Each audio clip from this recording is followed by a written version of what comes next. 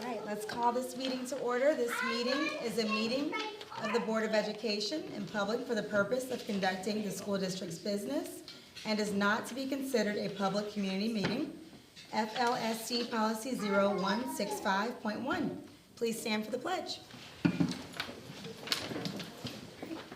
I pledge allegiance to the flag of the United States of America and to the republic for which it stands, one nation, under God, indivisible, with liberty and justice for all. All right, you may be seated. Item number 2, opening ceremony. Do we have a volunteer to read the vision and mission statement? I can read it. Okay. Our mission is to foster a community of learning and belonging. Our vision is to be a learning community centered on strengths and possibilities to empower our students and staff to think critically, grow intellectually, and live with integrity. All right, thank you, Eddie. Item number 3, additions to and approval to the agenda. May I have a motion, please? I'll motion. And I'll second. Okay, any additions to the agenda? No, okay. All those in favor of leaving the agenda as it reads, please indicate by saying aye. Aye. Motion passes. Moving on to item number 4, approval of minutes from the regular meeting of April 21st, 2025. May I have a motion, please? I'll motion. Okay, I'll second. any additions? Okay. All those in favor of approving the amendments as they read, please indicate by saying aye. Aye. Aye. Motion passes. Item number 5, administrative report. That brings us to Dr. Bix. So we're going to start. I have invited our literacy coordinator, Jen Bayless, to come and share a little bit about our Acadians data and what we've been doing in early literacy. So, okay. Is this a stand-up thing? Actually, let me do I'll be your clicker. Okay. That would You guys need to Wherever have some you're floor. comfortable. Where do I need to stand? No, I love talking about literacy, so I was happy to accept the invitation. So Acadians is our new data system, and it is essentially Dibble's 8, but they just sold the Dibble's name, so the company Acadians is the originator, so with them they took all of the evidence and research with the original Dibble's, so it's a very, very great indicator, very reliable indicator of future reading success for students. So here we have our kindergarten data. Those 3 graphs across the top, it's beginning, middle, and end of the year. It's a great trend. It's the way we want to see it going, where our blue and green is getting bigger and the rest is getting smaller. So this is very encouraging. And that little red piece is only 9 students, which is pretty typical for the number of students that you would have well below benchmark. The state of Ohio considers kids in red to be off track when you test that well below benchmark. The yellow kids above are on track. So that's looking good for us, for that group of kids and the progress we made. We're not finished with first grade yet. We had that day that we had some trouble, so we didn't get to do their end of year yet. We were doing it on Wednesday, so I'll send an update with that information. And then here's our second grade, which actually, I know it looks like, oh, nothing happened, but really we kept kids that were advanced. We kept kids, we kind of kept them where they were, and there was movement. We're moving kids in second grade, and we've had a lot of conversation about that, and I will go over some things in the next slide that kind of explain that a little bit. And then here's third grade. Same thing. Looks like it stayed kind of stable. And I will, again, my comments on the next slides will explain some of this. All right, so from the data, one thing about the data this year is we have never had so many conversations regarding our reading data before. We're meeting with teens, title teachers and I talk about it often. We're progress monitoring like we've never done before. Kids who are well below benchmark are being progress monitored every week or 2 weeks, so we can track their interventions and have conversations about are they working or not. So those conversations are happening. What this Acadians allows us to do is survey back in reading skills, so we can go back for a second grader who maybe is working still on short vowel sounds. We can survey back to an earlier benchmark, and our previous system didn't allow us to do that. So when we survey back and progress monitor off of grade level, it doesn't show in those graphs, But when we look at those graphs of those students, they are making progress and they are making on their aim line, but they were just so far below that we're really trying to tackle that. How to catch up students that are that far behind. So we are making progress. We are now working on how to accelerate the progress versus just make progress. I said that. So we are also, and I have more about this on the next slide, my last bullet there, we are making some system level improvements to support earlier and more efficient intervention. So if you want to switch to the next slide, that might help me. I'll get back to that in a second. But our staff development and professional learning that supports our data and are improving it, right? It hasn't improved as it looks, but there's a lot of improvements that have happened.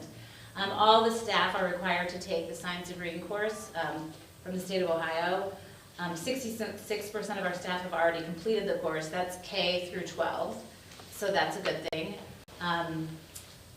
Science of reading is the body of research that kind of supports how the evidence and the research behind how children learn to read. It's a body of research that's been around for a long time, but we didn't learn it when we were in college. And so there's a big push, obviously, by the state, by everybody, as we should, that teachers need to know this information and we need to use it to teach. And so we have to allow that learning to catch up with our staff. And then we also have these 2 new curriculums that we implemented last year. That takes another 3 to 5 years to fully show in your data. So we're doing lots of great things. Our numbers aren't showing it like that hugely, but our progress is showing it if you can kind of go back a little bit and look at where kids are moving. So as part of our literacy development, literacy leadership team has presented some PD sessions this year. We did one on the reading brain by Dr. Karen Strong. Basically that little picture down there, it storifies how your brain learns to read. And it's a great tool to teach kids and talk to kids about what's going on in their brain. And it's helped teachers have conversations with children about some areas they need to focus on. Oh, today we're working in Vision Village, we're learning what the letters are. Oh, we're moving over to Sound City, we're connecting what we see to what we hear. So it's given a little bit more context for kids, and kids are touching their heads and talking about what they're doing, so it's making it a little more relevant. Wit and Wisdom is our other curriculum that you don't really see in our Acadians data, but it is a language and vocabulary, language comprehension and vocabulary curriculum, background knowledge, and it is the routines. I'm sorry, I was figuring out what I was talking about. The PD that we presented was the instructional routines with Wit and Wisdom, and those instructional routines go from K up to, now with our new high school curriculum, same kind of routines up through 12th grade. So things like Socratic Seminar, things like Give One, Get One, Chalk Talks, all those things start in kindergarten. And by having our teachers really practice and use those, we're reducing cognitive load for both staff and students so they can actually learn what they need to learn. And just kind of, just from stations, our kids are talking more, they're using more vocabulary, and those things seem to be really working, and they're impressed with the conversations, the language they're hearing in classes. So kids are talking more, and that's the whole goal. We want our kids to talk and not just listen. The other thing about the instructional routines with Wit and Wisdom is that it encourages kids to go through a productive struggle, which was a really hard thing for teachers, everybody to kind of grasp onto, because we were used to kind of read the story, answer the questions, do the worksheet, and that is not the kind of curriculum it is. So we had to kind of go over those instructional routines, talk about them, and just get more comfortable with using them, and just kind of take on a few at a time and encourage people to try new things. The other professional development we did was explicit instruction by Anita Archer, and she talks about how modeling guided practice and feedback, that's the way to teach a constrained skill, and all of the foundational skills of reading are constrained skills. They have to be taught explicitly and in the correct order. And so that was a very helpful workshop on how to instruct like that. You want to go back to the slide? Thank you. All right, so some things we've done in the classroom and instructionally. second and third grade, we have a walk to read model, which I think I presented with Lauren Woodward a couple years ago. We're still doing that after benchmarking, the initial benchmarks on that Acadians data. Our title teachers are doing diagnostic assessments to identify where each student is. I'm sorry, I have something in my throat. And then Feel free to have some of my water right there. I didn't open it yet. I'll be okay, I'm afraid I'll Okay. spit it out. Okay. So they do the diagnostic assessment. We kind of place kids with every staff member we can find for that time of day. So we draw on, I think we have 7 groups in second and third grade. The students go to their skill level at that time. And in second and third grade, it has been successful, but what we're seeing is we're not accelerating. Like I said, we're moving kids, but we're not, the lower kids double. That's what we need to do. We need to move lower kids double. So we are talking about new ways to do that next year. And we're planning to start this now in earlier grades. I'm working with the principals in the kindergarten and first grade. Our goal is to start there with this walk to read, because if we can find out where students are right when they get here and provide them what they need, we're eliminating that gap. And we're also helping the kids who are coming in already knowing letter sounds. We will help them progress in kindergarten maybe to a first grade phonics level. So we want to advance our advanced, and we want to advance our kids who are coming off benchmarks. So we are really working to make the biggest impact early. And that's when intervention is the most effective, and it takes the least amount of time. So kindergarten and first grade is where we're going to focus next. The reason we didn't start there is because we had 2 new curriculums, and kindergarten and first grade are foundational skill places where they've taught those skills before. Second and third grade we're not that used to teaching foundational phonics skills. So it was new to them, they needed more support, and that's what we provided. And now they're pretty good at it. Another thing we implemented was PALS, it's peer assisted learning in a first grade and a couple second grade and a couple third grade classrooms, kind of piloted it. This is a model where kids are explicitly trained to work together on reading tasks, and they provide immediate feedback to each other, but it's very systematic, and it's very, it's amazing to see the kids once they learn how to do it. They love to do it. They will beg for it, and when kids love to do something and they're begging for it, like, you know you're doing the right thing. So seeing them all reading at the same time, getting simultaneous practice, everybody's getting directions from a peer, it's pretty amazing. Your daughter's She does, she loves it. So we're going to continue next year, and other teachers are now saying we want to do it in our classroom too, so it's been good. As far as community and student leadership, I was able to work with Lori and Meredith on building connections with our preschool families. So I just kind of shared with preschool parents how they can support their kindergartners with readiness. Basically just playing, reading, talking, and singing to their children. And we did talk about the reading brain and how it works, and it was really fun. I want to do that more. And then the last thing is the athlete literacy with Dr. Warmack, and it was, him and I were just talking about probably DLT or something about literacy, and he said, let's do something with the athletes. So we have 32 high school athletes that we trained in the science of how the reading brain works.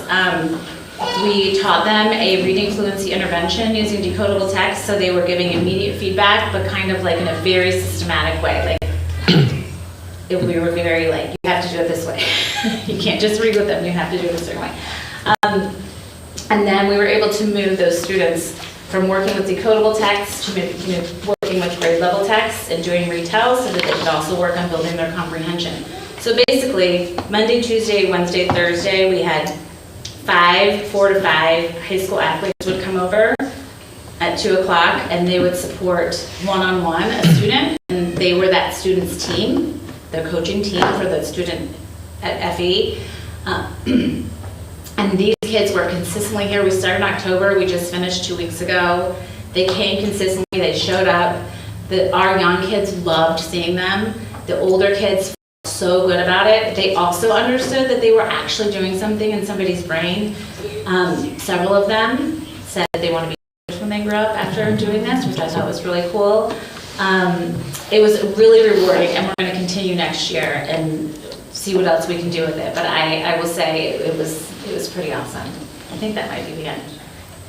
Yeah. Okay. Thank All you. right, thank you All so right. much. You're Thanks for welcome. being here. No problem. Did you have some Anybody? I follow-up? must have a couple I have a different than the ones I said. Okay. But To get injured. Yeah. a couple of questions. Okay. I'll try to Well, answer the that. athlete one right off the bat, do we have a way of separating the statistics Yes. for the kids that are in that program? So we can give the Yes. Dr. program Yes, feedback and on we shared whether with it's the working kids. or not. We have shared halfway through point, we printed the data. So on Acadians, you can like kind of put down an intervention line. So on all those kids, I put a line on that said, athlete intervention. Okay. And then we were able to gauge it. But we also had conversations at the midway point with the athletes. Like we had a pizza party, we sat down, and I said, here's all of the data. Your team, your team, your team. What do you think?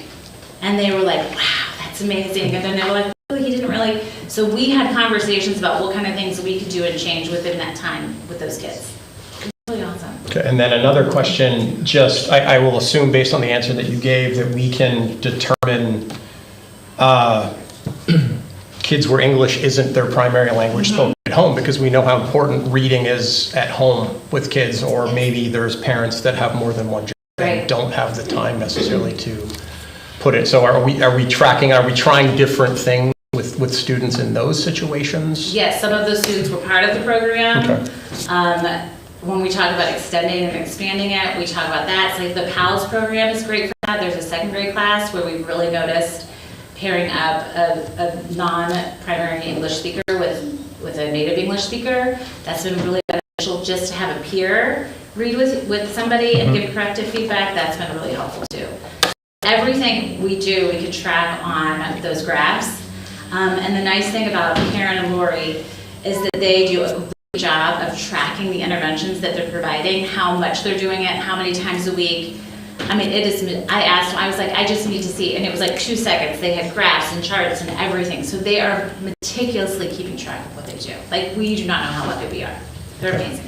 And are our class sizes the right size for this? Would smaller classes help? Yeah, we talked about it. We try, especially, and we ended up adding a fifth section to fourth grade. So K4 next year, we're right around 20 kids per class. And the state of Ohio, around that age span is really 1 to 25. So we are below. And we have absolutely gotten feedback from our teachers how important it is to stay as close to 20 as we can. So we're trying to maintain that. And then I think to go back to what Jen said is, I do know there's intentional planning right now for next school year at FE to really do like a targeted schedule so that we can do some of those foundational skills and utilize the talents of so many of our teachers to. And just a little more about that, like just in talking in the planning of that for next year, we have a portion of our day, a part of our day where there are adults available to go to kindergarten. That's amazing. We can have 12 adults with 12 different groups, or 6 groups with 2 adults in each group, or one big group. You know what I mean? We can but 12 skilled adults, and these are people that teach reading. So this would be amazing. And we've never been able to do it before, so we're gonna do it next year. We're gonna try. Yeah. So out of curiosity on that, how do you get 12 adults? Because by the way the schedule is made, we have teachers, so we have our title teachers, we have our special ed teachers at grade level. We have teachers who are, like in 6th grade, that when that band time, we'll have an extra specialist teacher that will be able to go there because they'll have 2 plans. So between the 4 and then the 5, and then we have an aide who has been trained in science of reading. So I can't think of who all the 12 are, but we just really focus the schedule so that we would have that 30 minutes of all those people in kindergarten. Awesome. Great. Can I ask a couple things? The scores in kindergarten, there's a lot more improvement. Yeah. Is there a reason for why? Is it because of that, or is it just the age of kids? It's easier to make progress, or is it Just a different group of kids. Well, I think it's a different group of kids. They came in, they were different than any group we've seen, but they also had amazing instruction. They had an amazing program. They have teachers who have had a second year of the program under their belt. The program's just a piece. The teachers, our kindergarten teachers, have always been fabulous, and they do an amazing job with phonics, but I think now we're better able to do it explicitly where everybody in the grades kind of following the same path. So other grades, there are a million things we could point at. You know, you look at data, you could say it's good about it, bad about it, whatever you want. We have had a lot of conversations about our first grade, and we haven't finished, so we don't know what the end looks like. I see progress monitor graphs. I look at them constantly. I'm obsessed.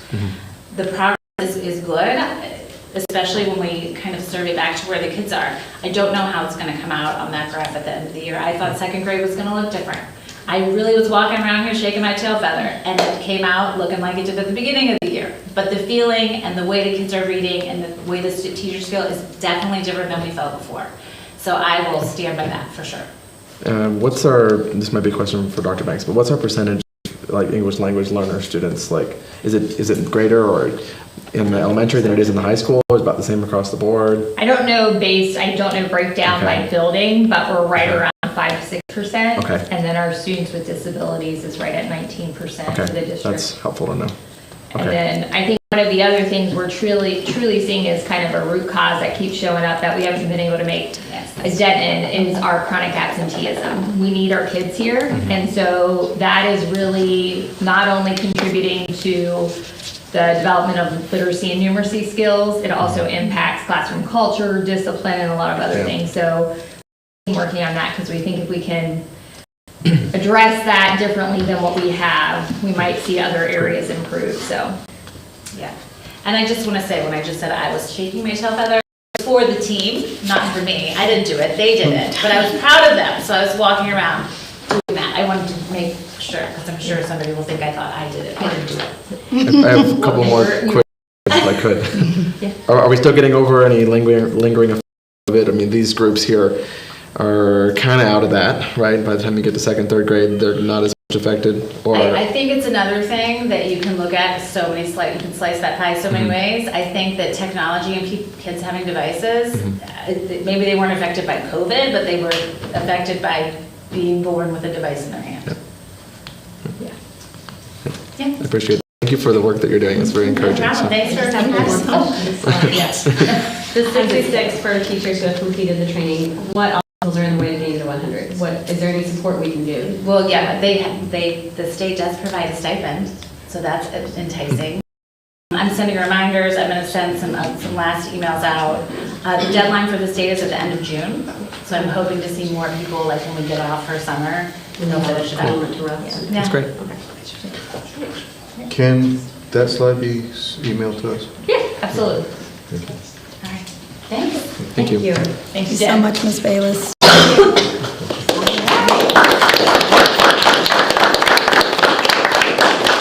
So next up, we invited Tammy Dietz, Dr. Tammy Dietz, and share with us a preview of our PBL showcase. Yeah, thanks for having us. So we know some of you are signed up, so we're excited about that. Is the doctor new?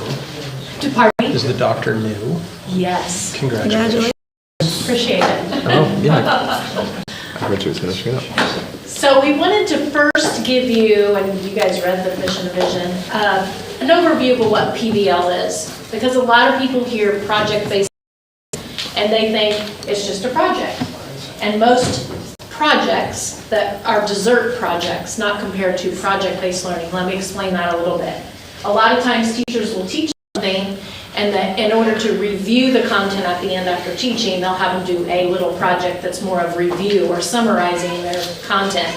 The difference with project-based learning is you have that sustained inquiry all the way through. You are as you're doing the whole project. So it's not just an ending that kind of falls flat. And so that's what we're trying to build. All of those skills, problem solving, communication, collaboration, all built into project-based learning. So for our showcase, it's this Thursday. We hope everybody can come out. At secondary campus, it's going to be from 9 to 11:15 in the morning in the gym. And then here at the elementary, it's going to be from 2 to 3. I mean, here in this building, the Brent Gym, so that we don't disrupt any classes over there. So we'd love for you guys to come in, just sign into offices, and they'll show you the way. Kind of the setup, so you know which teachers are presenting. We wanted to give a big shout out to them because they worked hard, and so have the students. So over at secondary campus, we have 14 projects that'll be going on. That does not mean that we had 14 for the year. We had well, that'll be on another slide. We had a large amount. So those are the teachers you're gonna see presenting on 2 different stages. And then here at FE, at the elementary, we have 9 that'll be presenting. And again, that isn't the total project-based learning that we've seen this year. For the total, there's the layouts. So in the gym over at secondary campus, you're gonna see 2 stages. You're also gonna have a 3rd stage for hosts. We are going to live stream the event so that you will see all the projects going on one whole stage this year. And then the other stage, Dr. Dinan and Mr. Mushmore did interviews of the people that'll be on those stages so that we can show a video of that as well, so that all kids get showcased in their learning this year. And then at elementary, there'll be 1 stage, and then we also are using the cafeteria. 2 kindergarten teachers and Mr. Grody's 4th, 5th, and 6th graders are going to be doing an interactive project-based with their audience members instead of a formal presentation on the stage. So we have a lot to offer. And then this is where you see all the things that have gone on this year. At secondary campus, we've had 55 total projects this year, 14 of which are in the showcase. Those are just some words for a word cloud of different things that have been talked about and designed this year. And at the elementary, we had 37 projects total this year with 9 in the showcase and some of the words. And then I'm going to turn it over to Mike. All right, I thought it would be really cool to take you guys into one of our partnerships. So one of our long-standing partnerships is Dave Backer and his students, and I'll let him come up and introduce the students. I think they're going to give you a little preview of what you're going to see at the showcase. So I'll turn it over to Backer. A little teaser. Yeah, a teaser. Wait, am I talking about the project or they? They're going to talk about Okay. it. Introduce them. So I have 2 seniors with me today who were in my elementary probability and statistics class. And I have Sam Huff and Israel McMahon, and they're going to walk you through a little intro to what we're doing. Is there a chance, because I just shared with you, are you logged in? Yeah. Is that yours? Yeah. Can you go to your email for a second? Yep. The slides. You guys come on over. He forgot his laptop, which is okay. Yep. Do you need me to navigate any of this? Yes, please. Okay. All right, I'll put it in. So for our PBL project that we're going to be submitting for the PBL showcase, we have township economics. It's restaurants versus businesses and the income they bring in and the tax revenue. This is by me, Israel McMahon, Samuel Huff, and then 2 of our group members, Vidal Wright and Amir Ashby, weren't able to make it today, but they'll be with us on the presentation today. Some background information for this project. We wanted to work on educating our students about some local level economics, and just showing them what businesses contribute to our community. So we had them kind of call restaurants and ask them 5 survey questions. You'll see those in a minute. And we thought that would help expand their social skills. Eddie brought up COVID. That just crushed a lot of kids' social skills. So we thought it would be nice to have them interact with people they've never even met before. All right, so what you're looking at is the Colerain, it's Colerain's local school district, and these are 5 of the local restaurants I interviewed personally over there. We have Chick-fil-A, Cane's, First Watch, IHOP, and Skyline. The 4 questions we asked, as you can read up on the board: do they sponsor their local area high school? Do they invest money directly within the community? Do they invest money within the school? And do they currently employ Colerain students? The results for the Colerain local restaurants and the businesses is different. So for the local restaurants, 13 out of the 20 responses responded no, whereas 7 out of the 20 responded yes. Could you switch to the next slide? Yes, sir. Whereas the Colerain businesses, so Home Depot, Rumpke, Jeff Weiler, Kia, Target, and Home Outlet. We asked them the exact same questions, and the results were a little bit different. So 9 out of the 20 responses responded no. That means 11 out of them responded yes. So 11 yes for businesses and 7 yes for restaurants. This basically means that Colerain businesses are supporting their community, supporting their local high school more, and they're employing more students in their local area. Along with the businesses being more interactive within the community, we use ChatGPT to find the average revenue for these businesses. And then along with that, we found the business tax rate to calculate the tax revenue for the community. This isn't going to be fully accurate because we cannot calculate their tax breaks from the donations they give to their community. But when you compare the tax revenue for businesses to, can you go to the next slide? Yep. To restaurants, the money that the community gets from businesses just off of tax revenue is up to 2 times larger than restaurants, meaning it's more beneficial to have a business within your community. And that's it for the review. How many other, how many areas did we look at? Because it wasn't just Colerain. This is just one out of the 4 communities we did research on. Yeah, we just want to keep it short for you guys. So I have about 80, roughly 80 stats kits. We broke up into groups of 3 to 4, and everybody took an area, like Deer Park or Wyoming, Indian Hill. One's kind of close to us, and then we looked at like bigger schools like Oak Hills and Fairfield, and maybe a Princeton was put in there just to see what kind of money those communities generate and how that gets put back into the community to figure out what kind of business we wanted to bring the most bang for our buck. And they utilized ChatGPT to teach lessons throughout this whole project, which was kind of cool, kind of a first time That was eye-opening for me and a little nerve-wracking. learning. The biggest eye-opener for me was listening to 80 kids make phone calls to people. They couldn't just text. Yeah, that was... Their hands are like shaking. Yeah, there was a lot to process. That was fun. Did we happen to look at Springfield Township?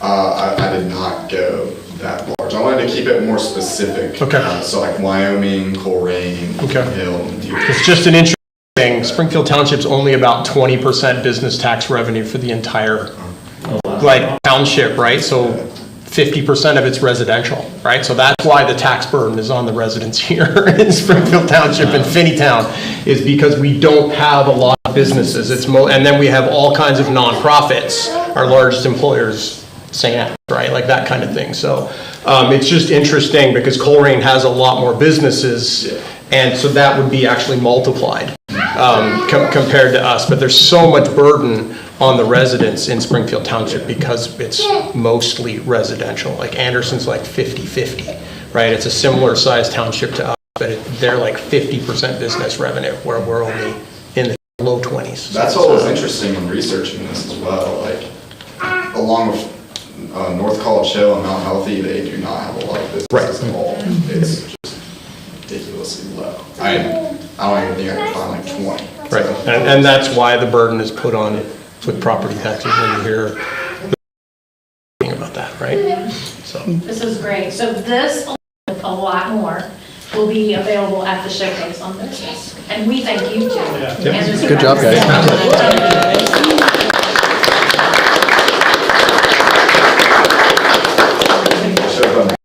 Since we're adding that. See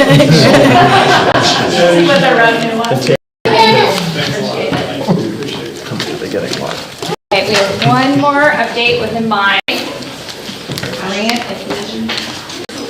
Yeah, and I may come up with that.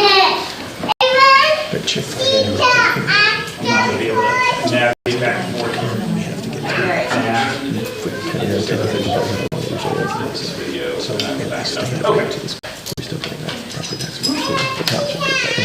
gonna just need to provide. we get a portion of theirs. All right, guys, thank you so much for letting me share a little bit about facilities. And so I just pulled out from our strategic plan our 2 goals underneath Focus 3. One is around designing and constructing facilities that prioritize really focused around high-quality programming that align with our district objectives. And then objective 2 is around really financial prudence as we move forward, looking at multiple avenues, multiple streams of revenue, different funds.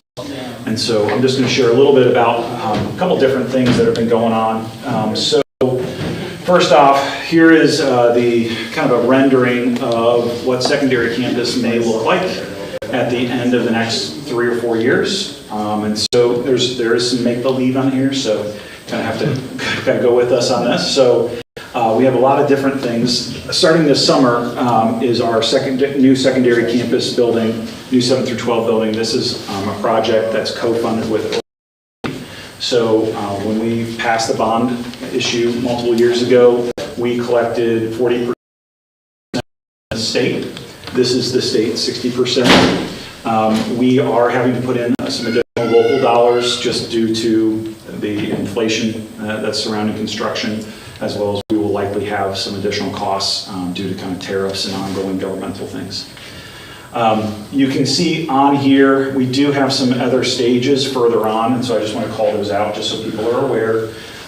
So at the end of the project, the MP gym goes totally away. At the end of the project, the 200 and 300 buildings go totally away. What is not shown, well, what that's shown on the screen, but we haven't fully figured out funding totally, is our softball field and our baseball field, but those are the basic locations. We already have this new detention pond near the bottom. We were able to get rid of this one, so we're not disturbing anything back here. So it's a little bit older rendering, but just kind of want to give you an overarching view of what the campus hopefully will be in about 4 or 5 years.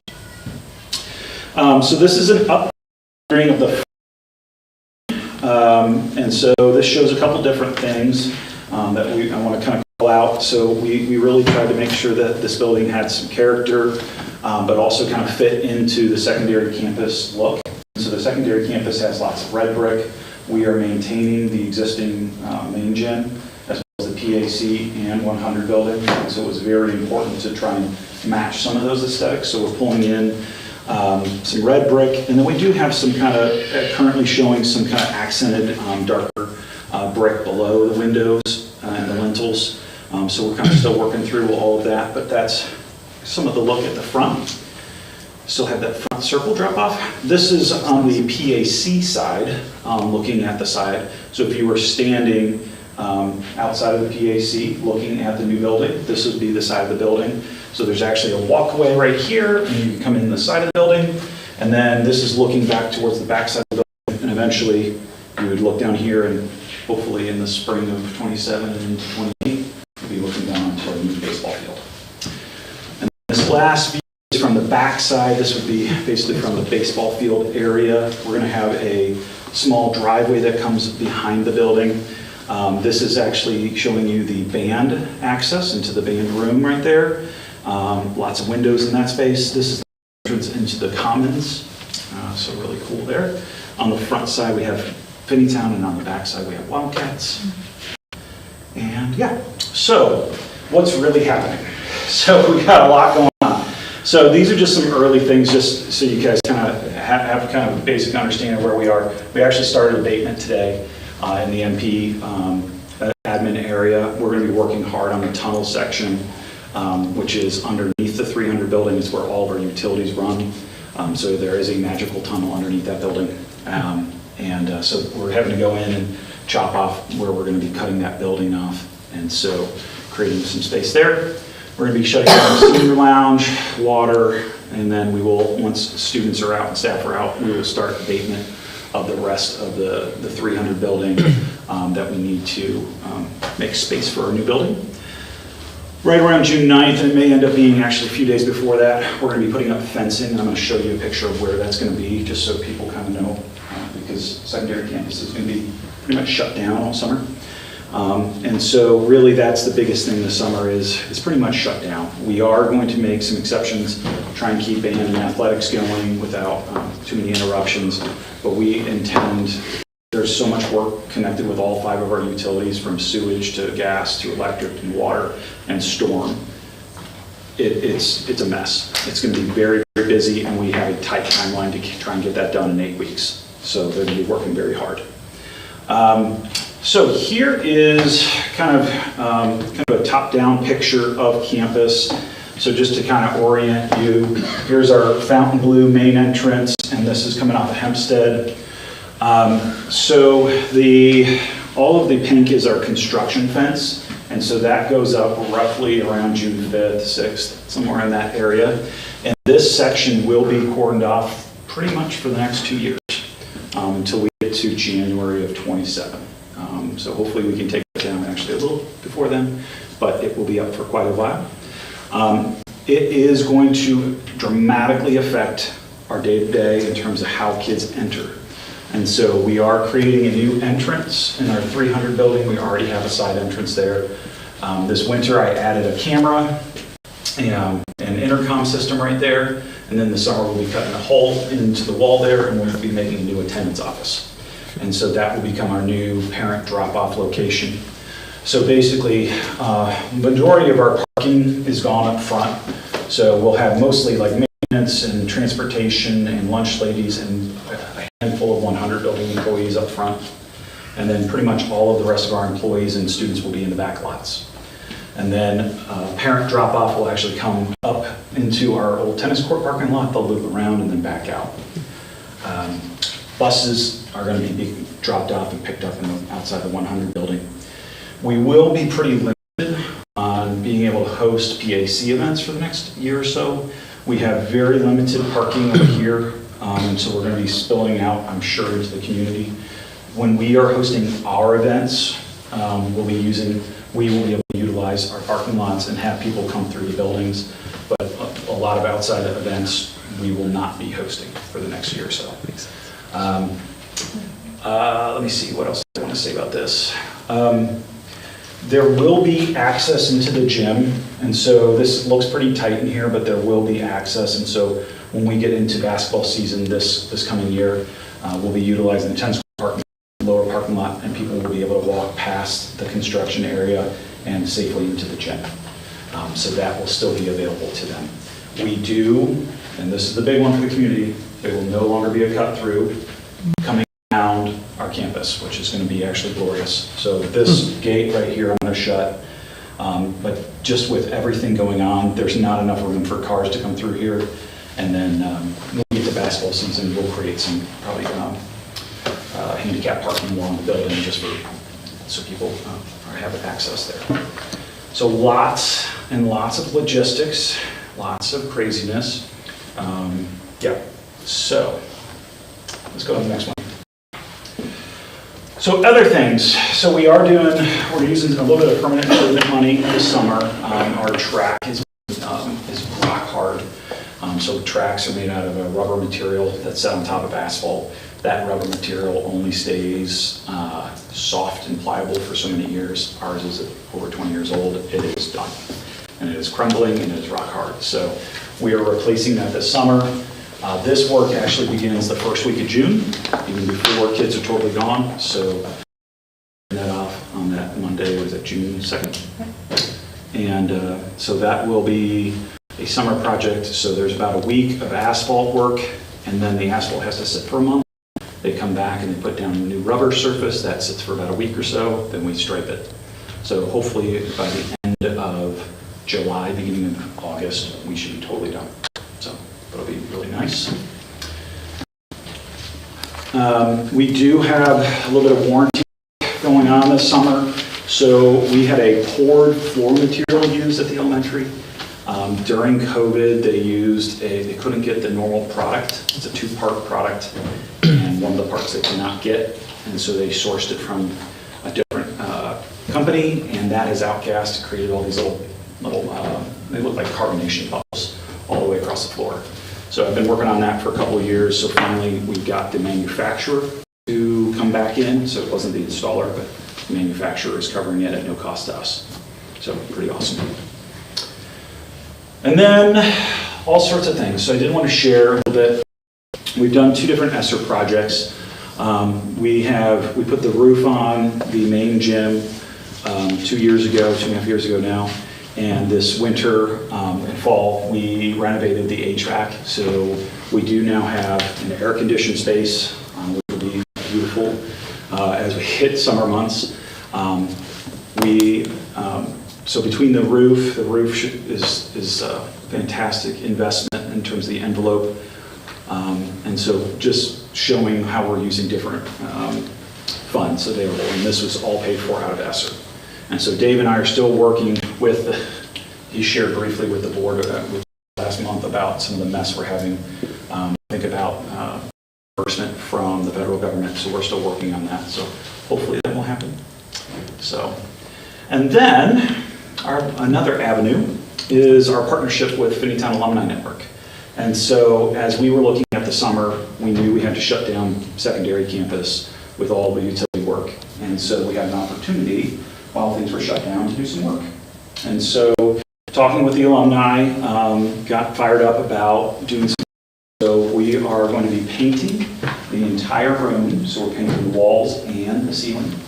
So it will be much brighter in there. As part of that, we're also opening up all the windows. We have air conditioning now, so there's no reason not to have sunlight come on in. And then we are also refinishing the floor. And so this is current iteration of what the floor will look like. And so this is currently being worked with not only Mr. Warmack, but our alumni, Coach Robinson. And so we are really trying hard to figure out, make sure that we have a plan that everybody likes. We're also going to be replacing the bleachers. The bleachers are going to get removed this summer, and we will get replacement bleachers near the end of September, beginning of October. So that means we are starting the year without bleachers. However, it allows us to have all of the space on either side of the court for us to refinish the floor. This is a major upgrade, and so we wanted to get that done before we hit basketball season. We will have something in place for our girls volleyball in the fall. So I don't know exactly what that will be, but there will be some type of chairs or stands that allow fans to be there, parents to view all of that. And I think that was it. Yeah. So I did want to say, just in terms of the logistics, because there's a lot going on with the summer at the secondary campus, all of those plans have been, we have from the logistics team at Skanska and Elevar to our own internal team. So Mr. Warmack's we've had many meetings about this, Brad and Sam with our band, with Carol and Meredith, because we are shifting some of their office team from secondary campus over here. So all of those things, there's just, I can't even tell you how many conversations we've had in terms of who's doing what, when, where, and why, and just trying to make sure that people are in the loop about what's happening, just to try and alleviate as much anxiety as we can as we approach it, because there's just a lot of moving pieces this summer. So, but that's kind of presentation about the facilities. Can I ask a quick, Yeah. couple quick follow-up questions? Sure. Residents that live near it are probably going to say, is it going to be noisy? It's construction, so I would imagine so, yes. So there'll probably be a lot of trucks going up and down Fontainebleau, but the road's been repaved, so it should be relatively quieter Yes. than it would have been, I guess. So, Yeah, so, and there will be just to alleviate, this has come up in multiple conversations, so just to kind of lay it out there for whoever in social media land, we will be taking photos and videos of Fontainebleau before we begin work. That's smart. And so anything that's damaged will be repaired. And so it's just one of those things, we know it's part of the process, it's part of, there's not anything coming down Fontainebleau that is not that is not rated. And so there should not be anything major from this.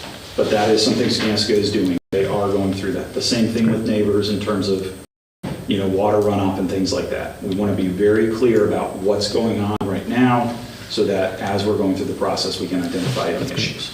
thank you. And then marching band practice, will they ultimately end up on the softball or baseball field? It hasn't been decided, I guess, but one of those places. So when we get to the fall of, they probably won't be on a field until the fall of '27, if it's done by then. But eventually, yeah, it would be the baseball field. I'm just curious. Yeah, so the intent is to design the baseball field that becomes, in the fall, that becomes their practice field for band. All of our facilities have to be multifaceted. It's not just one sport or one activity. I mean, it's just like our grass field right now. Is it soccer? Is it baseball? Is it football? You know, is it just, you know, hanging out, throwing balls with kids? And I mean, that's also our shot put and discus area. Same thing's going to continue. So there's not any one thing that's going to be, this is only this group's area. That's not, we don't have real estate, so we definitely have to share. So, yep. I want, first off, in primary, say thank you for the hard work that you were doing for this, and also everyone involved. So I do want, I know how much, talking to Scott and talking to everyone, how much legwork that has been put onto this. So I do appreciate that. Unfortunately for you, I got you before I got Sam or Brad, and I've had many questions about this. So I want to ask you first. Sure. You and the band, since they're here, they're in the summertime with their band camp and everything else. There is a plan for because power's going to be shut off for a little bit, correct? Yeah, so Brad, Sam, and I met actually last week again, and we have had multiple meetings this year in terms of summer planning and in terms of planning, you know, starting to plant seeds about limitations, especially in the spring of '27. So they are aware and they have options on the table. And so we are looking at what makes sense for this summer, between whether or not we're going to continue to try and do it across the street or whether we pull it over to the elementary campus. Okay, so that's still being decided on how to actual logistic for this summer and next summer. That's the logistics. So they have some options. They got options. So I gave them options in terms of this summer. Okay. And so they are trying to figure out what they think may be best for kids. We can support most of the time at secondary campus, but there is real limitations because there's not a gym available, including the MP, which is where they eat. Yeah. That is a challenge. So they just need to determine if they want to figure that out at secondary campus, or they want to come over here and use our playground parking lot, come inside and use the elementary commons. Okay, or will Brent be available as well? Yep. Worst case? Yeah, our only gym for the entire first part of the summer is Brent. So we've got, because both gyms are going to be shut down at secondary. Right. The elementary gym is getting the floor refinished, so we will have the Brent gym for June. Once we hit July, we will have the elementary gym back. Okay. But it will not be until sometime in August when we have all 4 gyms. Yeah, well, with the campus losing, secondary campus losing power, will 100 building lose power as well, or? It depends on how big the scope ends up being on different parts. Gotcha. So we have to do a refeed of the MP building, and it's very likely during that it will go off. It may not be for super long. Electric is actually, I'm not as worried about electric. Okay. Sewage is our biggest concern right now. Right. There's a lot, sewage is going to be offline for a while, and that means water is offline for a while. Yeah. So I intend on bringing in porta potties as needed to keep things rolling. Yeah. And we'll just do what we need to do to kind of make it through, a few weeks here or there. So and that was my last question, really, was the plumbing. Yeah. So you're looking at weeks of it being down. Well, they have the whole summer. They have all of June and July. Yeah. So their goal is to be done by the end of July, so I can open the campus back up to staff. So it just depends on weather, and it depends on if there are any curveballs as we start digging. Of course. The utilities are, it is a very complicated installation and patchwork. We've got utility on top of utility on top of utility. And so even if you look at the plans, like it's stratified through the ground. And so certain things are at different levels, even though they're like almost right on top of each other. And so they may be spread out by maybe 3 or 4 feet left to right, but they may be up and down another 15 feet. Yeah. So and everything has to be done in order.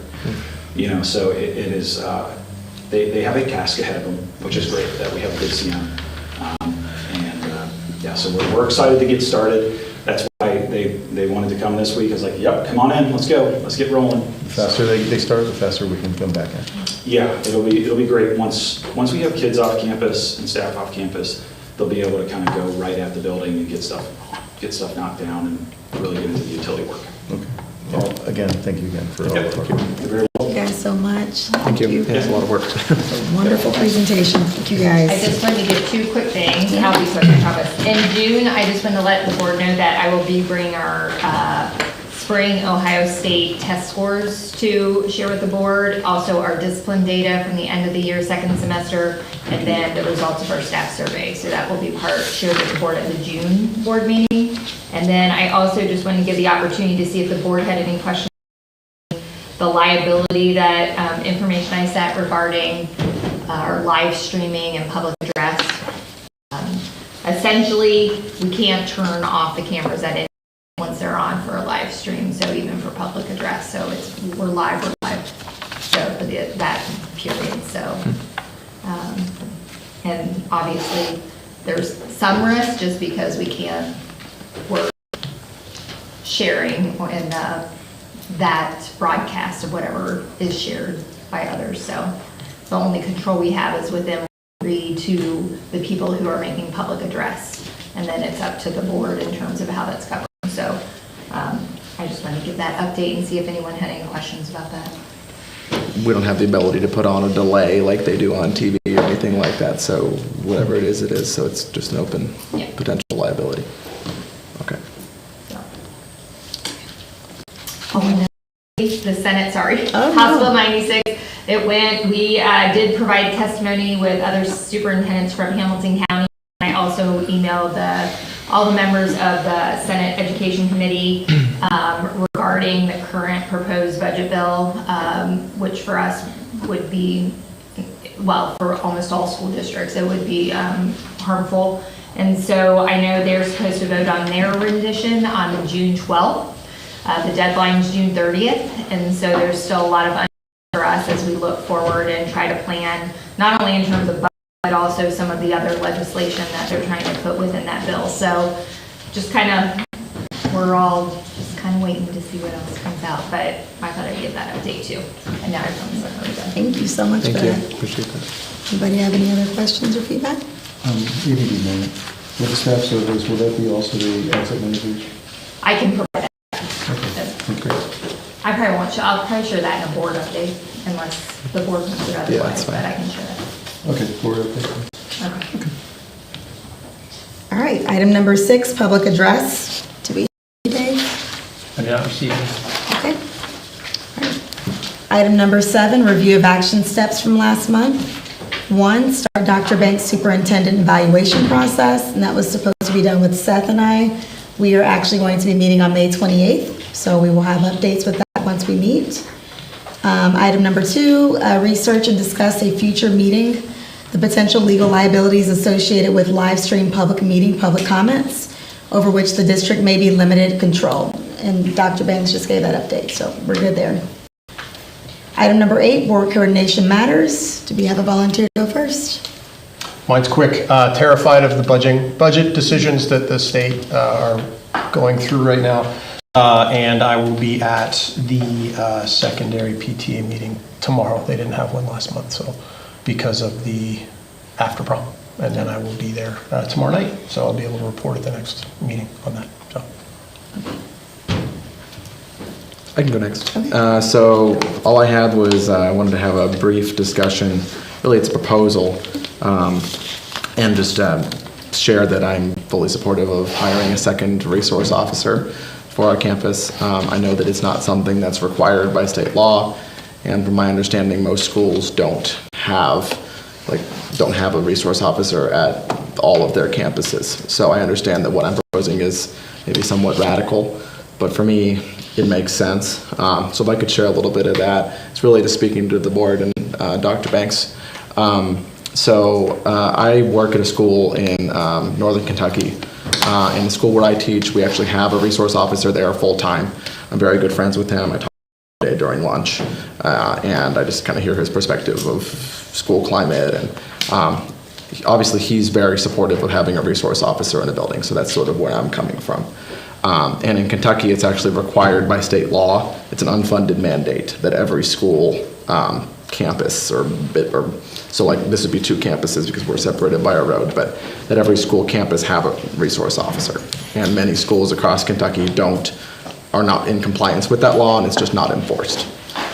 So I actually like to see in Ohio that be required, but it's not right now. So that's kind of where I'm coming from, is I see the benefit of having a police officer. The benefits that I see from having an officer at each campus full-time, the primary benefit is response time. So if there were, I'm not focused on, at least my thought isn't really concerned about incidents from within our building or buildings, but my concern would be external threats.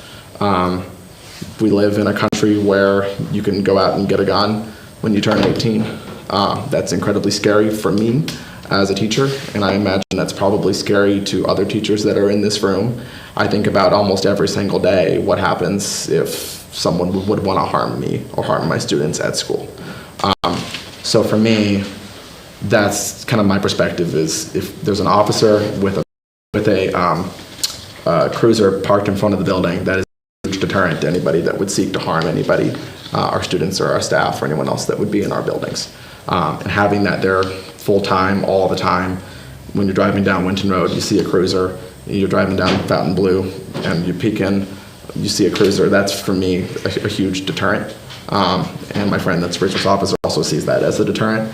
The other thing that I was thinking about that maybe some of you may not have thought about is that if you have an officer that is familiar with the building, then if you hear that there's something going on in so-and-so's room, they know whose room that is, so they can go straight there. They don't have to wait and ask a principal or ask someone where a room is. They don't have to rely on room numbers that they may not be familiar with, so you can have faster response time. Not to mention that if there was an incident and there's not a resource officer at one of the campuses because maybe they're at the other campus, are we going to pull a resource officer from the other campus? I assume that's not our policy, but it's probably going to be 2 to 5 minutes before Springfield Township police officers show up. So you're going to have no police intervention for 2 to 5 minutes. And for me, that is scary. When having a police officer in the building, you have immediate intervention within 30 seconds to a minute. So that's sort of where I'm coming from. I know that there's a cost involved, or there would be a cost involved. Springfield Township has shared previously that they're able to meet the need. It sounds like the cost is about $60,000 a year. For me, that's completely worth it because it reduces the chance, as much as I can see, to reduce it, of an external threat to our students and our staff. And for me, that's something that's worth spending, especially because if something were to happen at a neighboring district or somewhere closer to home, we would immediately see that that's worth it.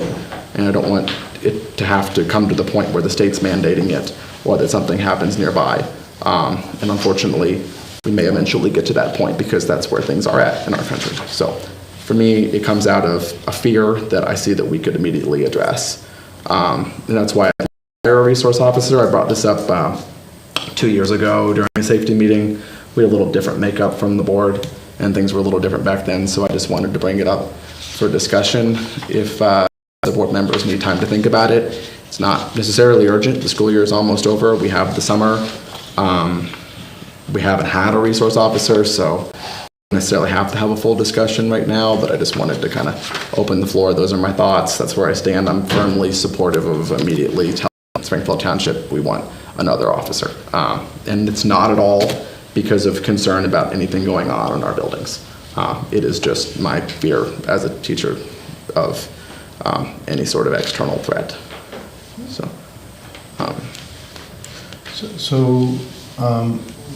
I've had the opportunity to have a few conversations early on, not this school year, but actually last school year, about that with Officer Sumi as well. First off, I want to, unless I read it wrong, you also suggest that at this moment in time, we don't need that, correct? I don't remember verbatim what Officer Sumi said. I know finances was one of the issues, especially with this House bill coming up. I don't want to start saying, yes, this is a great idea. It's not bad, first off, I'm just saying it's not bad. However, it's not recommended at this moment in time. And Sumi and I had a huge conversation with this last school year, a while ago, that it won't be, and at this moment in time, with the recommendation of the superintendent, and if I remember my conversation with Officer Sumi, it won't be feasible. He is doing an awesome job of making sure the cameras are working, and he is, man, is he on it. And his relationship, or our relationship with him and his relationship with the township is phenomenal. He is single-handedly making sure that our kids are walking across safely. He is ensuring that our kids are also, for example, our school flashes are in the wrong spot. He is making sure that's happening with the help of Springfield Township, not just with the police department, but also with the help of actually some of our trustees are on board, and also our, not city manager, what's it called? Township administrator. Thank you, township administrator. So through the recommendation of our superintendent and through the recommendation, if I remember correctly, Officer Sumi, I think we should have more of a closed door conversations about this, but at this moment in time, it doesn't sound like it is a necessity at this moment in time, in my opinion. Thank you. I think for me, I understand your concerns, share your concerns, but just based on what I've seen, just, visiting the buildings and things like that, I just haven't seen a need for that. And also based on the recommendation of staff, I know you've gotten input from staff and administrators, it doesn't seem like there's a big need for that at the moment, so. It's okay. I just wanted to kind of open that up. If anyone's opinion changes and wants to bring that up again, I'm always in on this, because it doesn't look like there's a need, but something happens, then there's a need. And when there was a need. So that's just where I'm coming from. So, You're are in Springfield Township, the police station's right down the road. The response time could be even quicker. There might be an officer sitting in Kroger, and they're here in 30 seconds. So the response time's going to be quicker than if you're living in a rural district.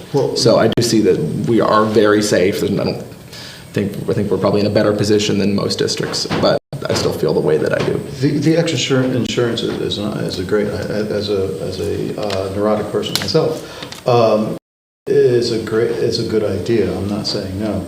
However, I can't remember the response time, because I remember asking this question to Officer Sumi, because again, I've had many conversations with community members and some other people saying, oh, we need to do this. And even the idea of having a hired officer just monitor any, I don't remember the details of why he said it, but at this moment in time, the response time that we have, again, I don't remember the details, is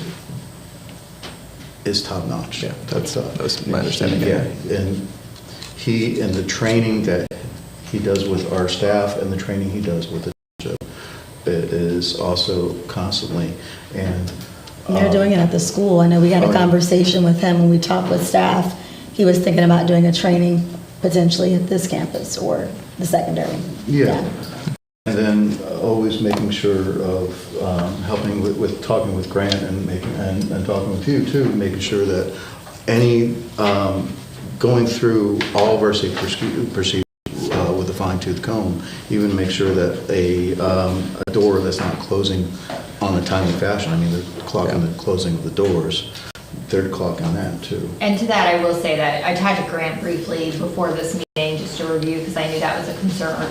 And the team does meet monthly, sometimes more than that, and we will bring that team to the board in August or September to review the safety plan and any updates, given some of the things going on in the district with the construction and things in the fall. So that sounds good. And I know some of those things, there might be some of those things that might need to be conversations that are held in private. Do you think you could kind of, if there's anything that you feel like does need to be held in private, that you could let us know what categories of things those would be, so that we wouldn't ask questions that would put them in a place where they'd have to disclose something that would compromise the safety of our students or staff?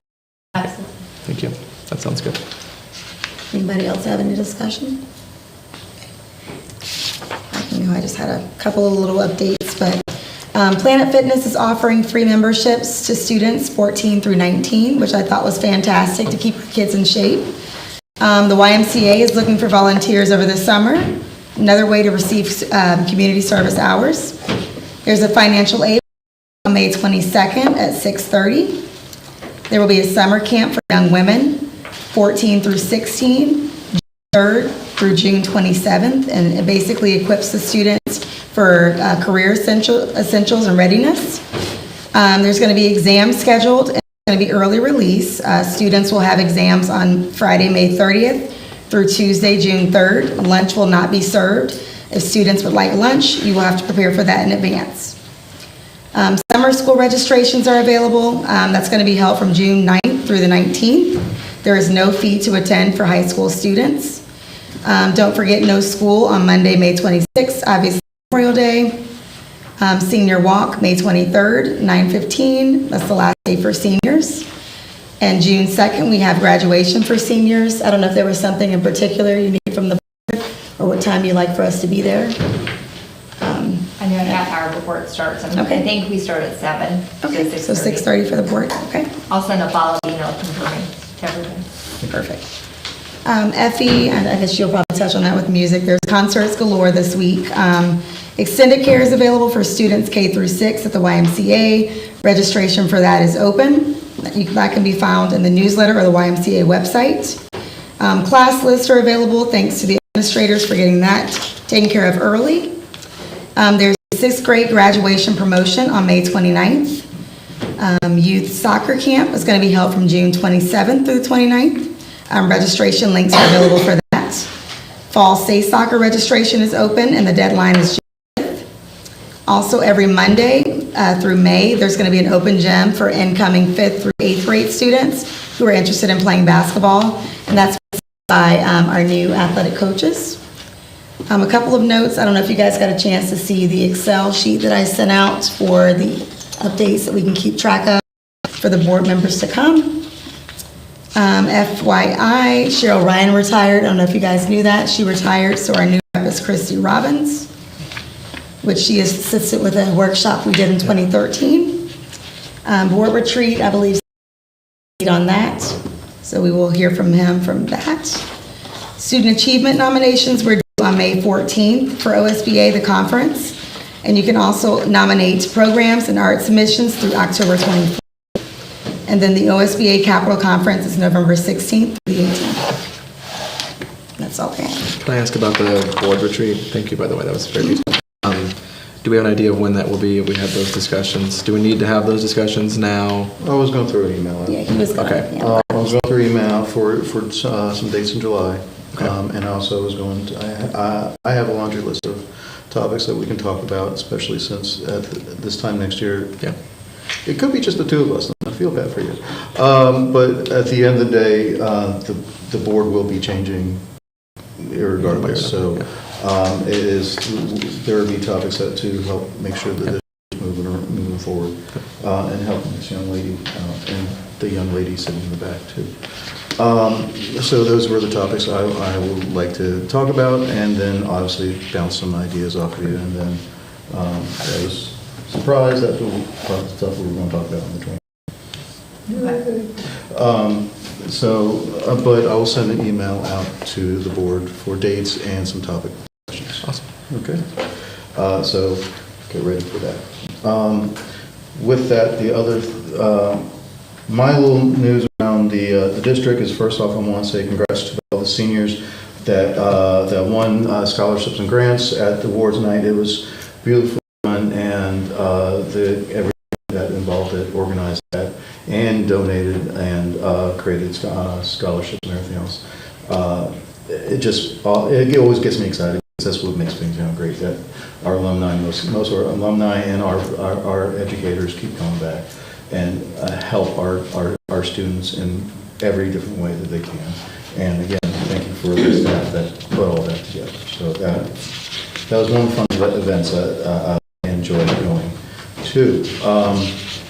With alumni coming back, the Phoenixtown Alumni Network, you don't have to be alumni to be a member of it. Please look at phoenixtownalumni.org.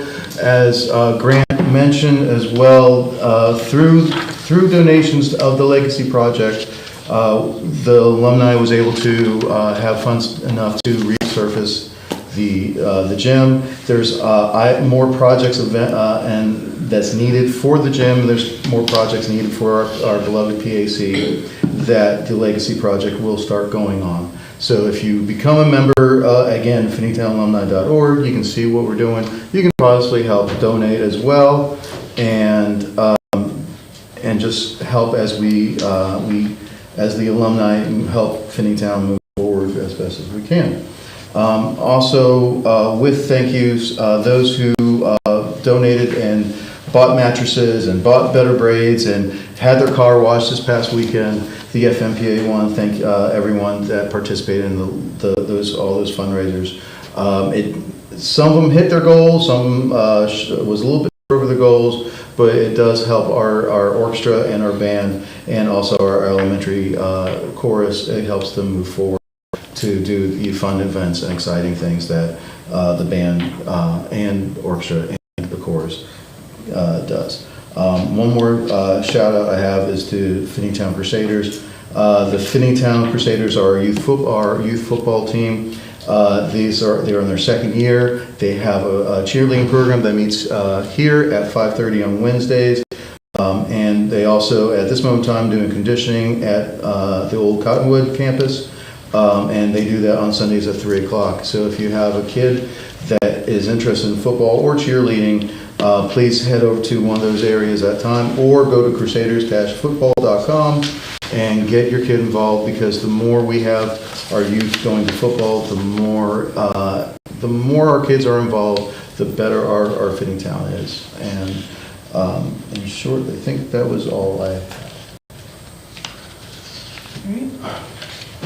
The Athletic Boosters are actually meeting right now, so I'm not able to attend that meeting tonight, but I did attend the FAA meeting. They met this Sunday.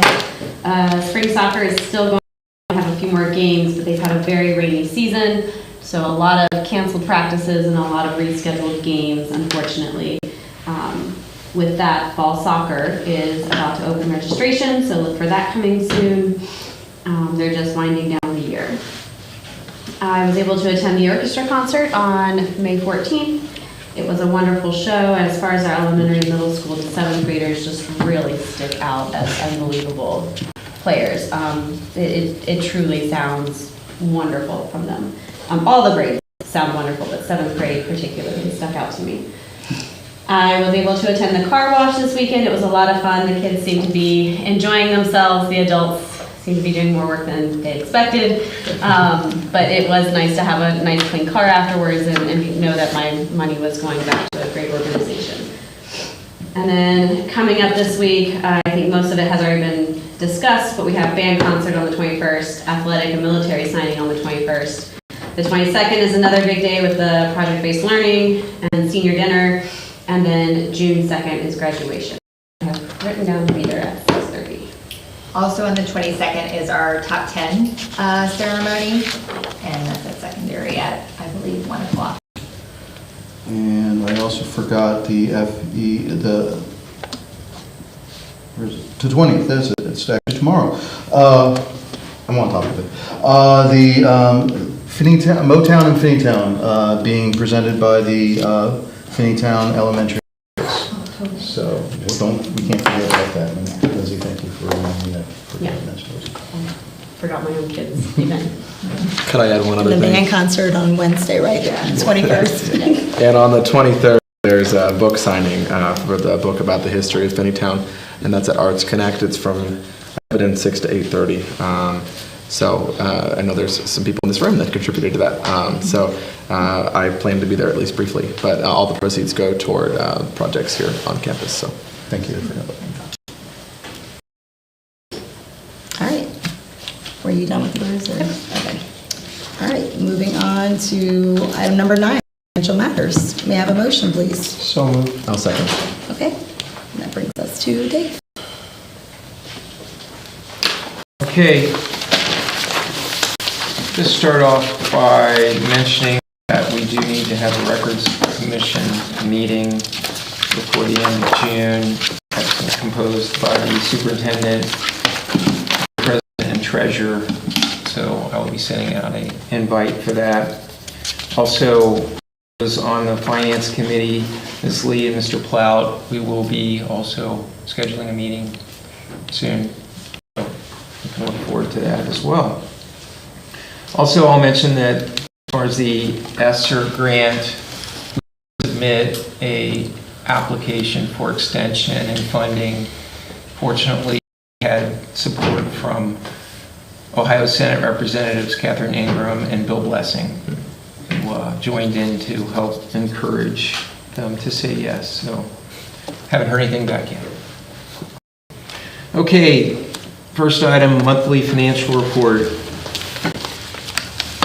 Total revenue in April for the general fund was $918,569. Fiscal year to date revenue, $19,637,937. Expenditures in April, $1,548,596. In fiscal year to date, $17,742,316.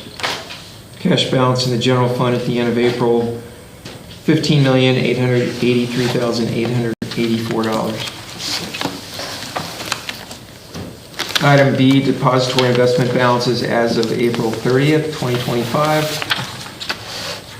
U.S. Bank, $496,349. U.S. Bank Construction, $1,858,516. Star Ohio Construction Number 1, $3,085,856. Star Ohio main account, $26,151,681. Star Ohio Construction Number 2, $3,248,769.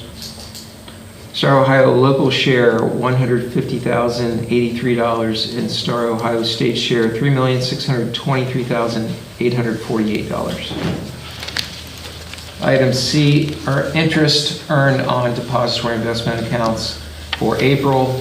General fund, $98,299. Construction fund, 004, $23,377, and ARP.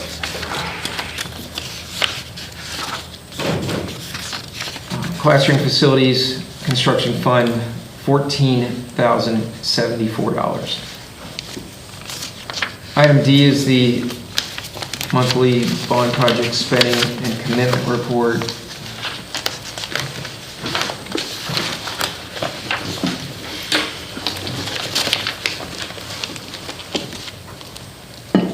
So the big change is the acceptance of the GMP projects.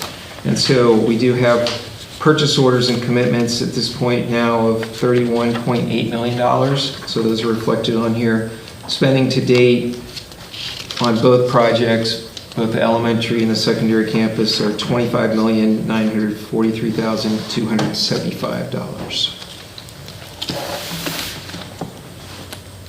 Item E is a recommendation to approve a payment as listed to the Hamilton County Educational Service Center for tutoring services at Central Baptist.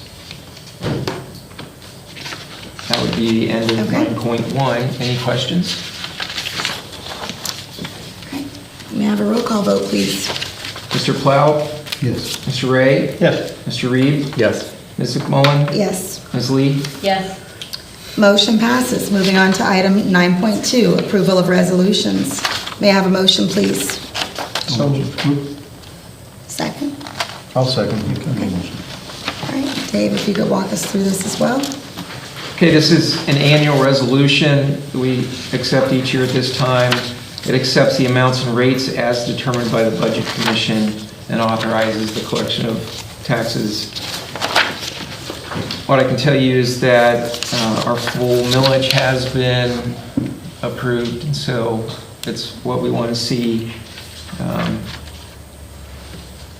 Bond millage rate did go down about 1/3 of a mil, so millage is slightly lower. Of course, we have higher valuation because of an increase in some tax valuation, but there shouldn't be a big change in taxes for people.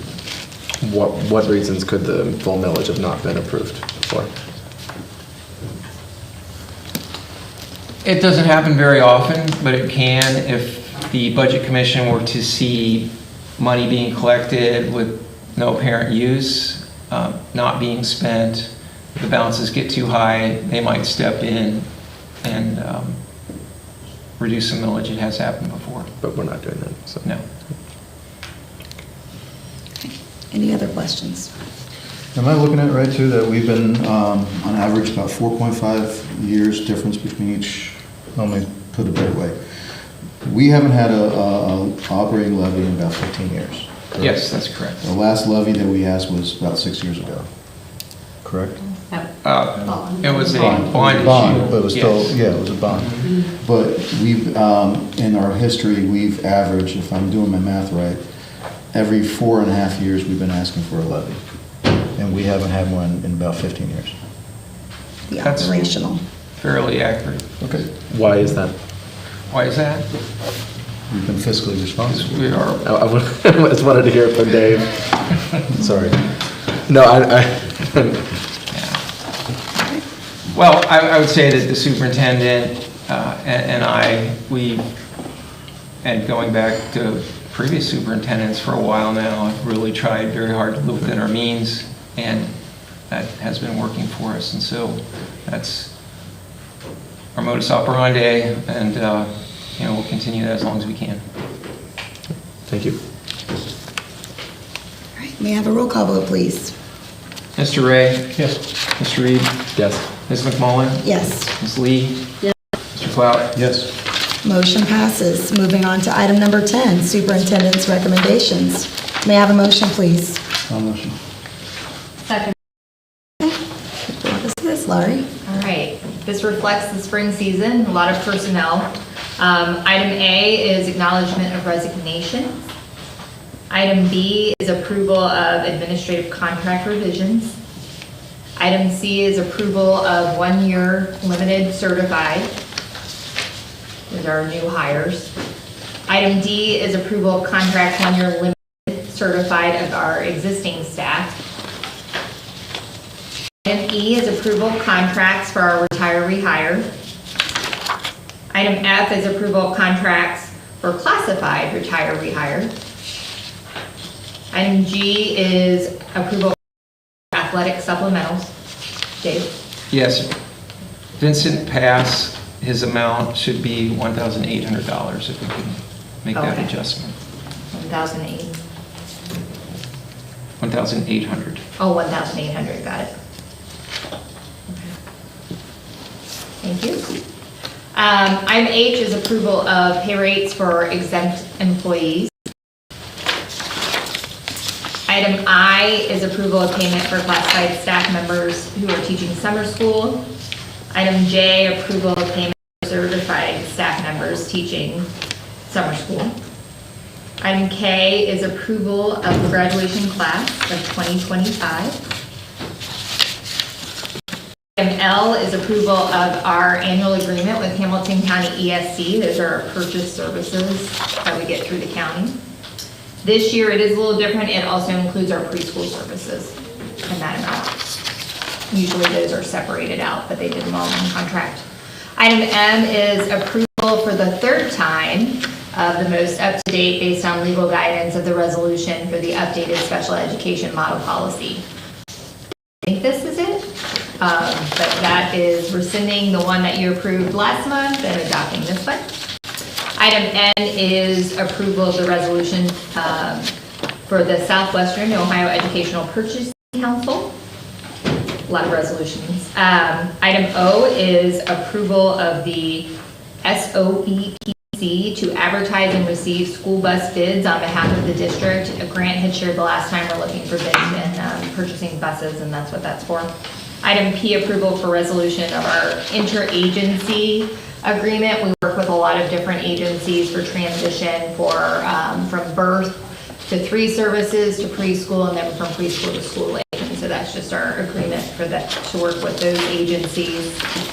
Q is approval of student fees for next school year. They are, at this point, our proposal is to keep them at the same rate. No adjustments. And then item R is the acceptance of donations. It is recommended that the board accept the following donations: a cash donation of $40 from the Finneytown Boosters for the house system on May 6th, and a cash donation of $1,764.10 to the Board of Education from the Finneytown Music Parent Association for marching band on April 21st. Any questions? Just really quickly, we had approved contracts for the administrators in March with the understanding that the salaries were going to be adjusted based on the union contract. Okay, and so that's what this refers to. That's the adjustment, yeah. Okay, thank you. Was that the 4%? Yeah. Okay. Any other questions? Okay, may I have a roll call vote, please? Mr. Reed? Yes. Ms. McMullen? Yes. Ms. Lee? Yes. Mr. Plow? Yes. Mr. Ray? Yes. Motion passes. Moving on to item number 11, approval of substitute teachers provided by Comprehensive Substitute Solutions. May I have a roll call vote, please? I'm sorry, may I have a motion, please? I motion. I'll second. Okay, if you could walk us through this, Lauren. Nothing really to share, yeah? Yeah. Okay, any questions? May I have a roll call vote, please? Ms. McMullen? Yes. Ms. Lee? Yes. Mr. Plow? Yes. Mr. Ray? Yes. Mr. Reed? Abstain. Okay, motion passes. Moving on to item number 12, review of action steps. I don't believe I have any at the moment. Just the one for you guys. Just the two of you, and Seth working on the two of you working on Laurie's evaluation, and Seth working on the. You can send me an email for the tree. And the scheduling of the Records Commission and the Finance Committee. Who's on the Records Commission? Is that the president and vice president? President, treasurer, and secretary. President, okay. They're superintendents, sir. Okay. Item number 13, announcements. The next regular meeting of the Finneytown Board of Education will take place on Monday, June 16th, 2025, in the Brent Board Office Meeting Room, 8791 Brent Drive, Cincinnati, Ohio, 45231. Open forum will begin at 6 o'clock p.m. May I have a motion for adjournment? A motion. Second. All right, we are adjourned. Thank you so much for coming, everybody.